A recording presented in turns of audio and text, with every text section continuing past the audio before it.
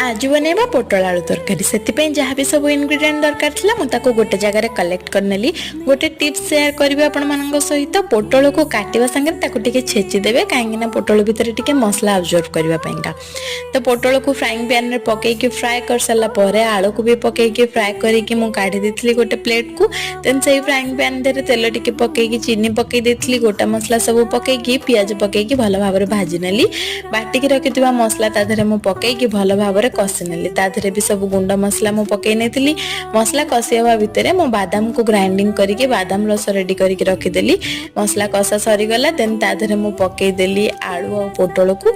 आलू पोटल पके सला पर 2 मिनिट कसी की टिके पानी दे के मु घोड़े की छाडी देली। आलू टिके सिझी जिवो ता भितर देन रेडी हो गला मोर पोटल आलू तरकारी। ता धरे लास्ट को बादाम रस टिके स्वाद अनुसार लूण दे की आज लंच थाली मोर रेडी। जदि आपण मानक वीडियो टी भल लागिथिबो वीडियो को लाइक चैनल को सब्सक्राइब करिया पिन जमार।